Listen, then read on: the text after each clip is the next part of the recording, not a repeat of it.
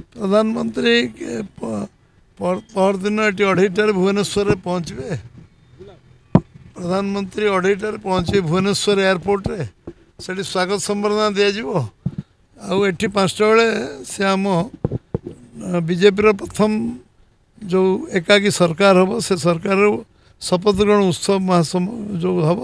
जोग देवे भूमि पूजन जो कार्य करा जाए भूमि पूजन समस्त मन में आईला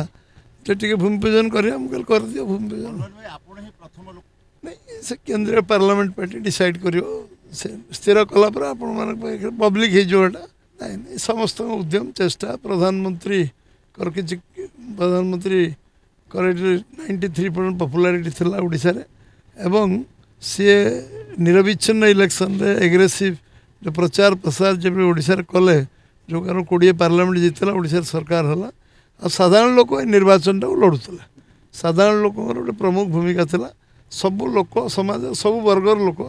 ये निर्वाचन को परिचालना करुले से आगामी काले आसवे विधायक दल बैठक में जोग देवे एवं एठिकार आमर कार्यक्रम शपथ कार्यक्रम सारिक फेरवे निश्चित आम सरकार आसिले मीडिया को पूर्ण स्वाधीनता मिल जो जगार सम्मानजनक जगार जो जगार अधिकार अच्छी सब जगह को मीडिया को दिज्व निश्चित आमर जो सरकार हो से निश्चय कर भोटर मान धन्यवाद देवी से अकुंठ समर्थन कर सहयोग कर सारा ओडिशार